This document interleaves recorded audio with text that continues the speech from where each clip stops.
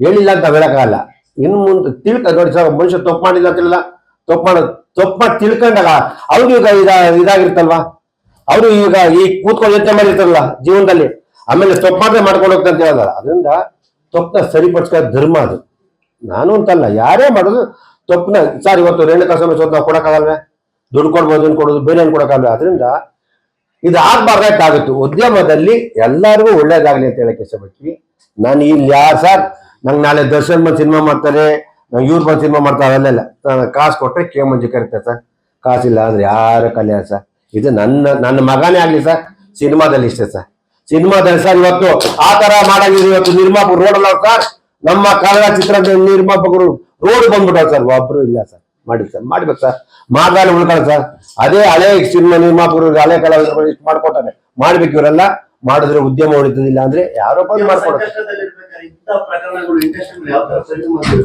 Sir. ಉದ್ಯಮ not only Kannada ಚಿತ್ರರಂಗ sir, ಪ್ರತಿ ಭಾಷೆಯಲ್ಲೂ ತುಂಬಾ ಸಕ್ಸಸ್ ಕಮ್ಮಿ ಇದೆ, ಸೋಲ್ ಜಾಸ್ತಿ ಇದೆ.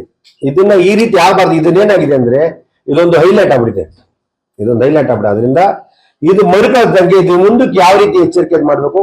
ಉದ್ಯಮ ನಮ್ಮ ವಾಣಿಜ್ಯ ಮಂಡಳಿ ಆಗ್ಬೋದು, ನಮ್ಮ ಸಂಘ ಆಗ್ಬೋದು, ಕೂತ್ಕೊಂಡು ಒಳ್ಳೆ ರೀತಿ ಮಾಡಕ್ಕೆ ಪ್ರಯತ್ನ ಮಾಡಿ. ಆಮೇಲೆ ಜೊತೆಲಿರೋ ಸ್ವಲ್ಪ ಹೇಳ್ಬೇಕು.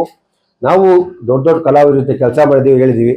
ಕೆಲವರು ಮಾಡುವ ರೀತಿ ನಾನು, ಯಾಕೆಂದ್ರೆ ಅವ್ರಿಗೂ ದರ್ಶನ ಇವತ್ತೇನು ದುಡ್ಡಿಲ್ಲ.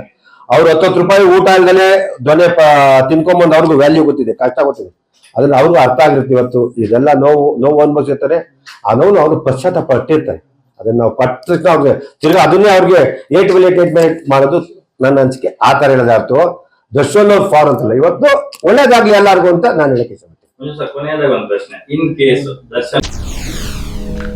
SS ಟಿವಿ, ಸಿನಿಮಾ ಜಗತ್ತಿನ ಕ್ಷಣ ಕ್ಷಣದ ಸುದ್ದಿಯೊಂದಿಗೆ.